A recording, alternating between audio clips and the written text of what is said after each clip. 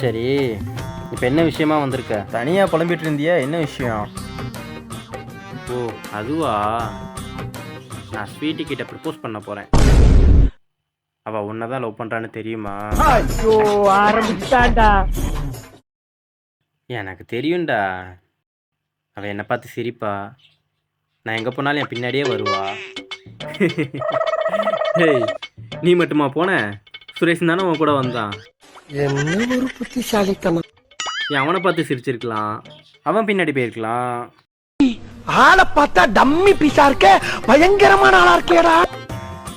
மனசாச்சுன்னா குழப்பமா இருக்கும்போது வரணும், ஆனால் நீ குழப்பத்துக்குன்னே வரிய.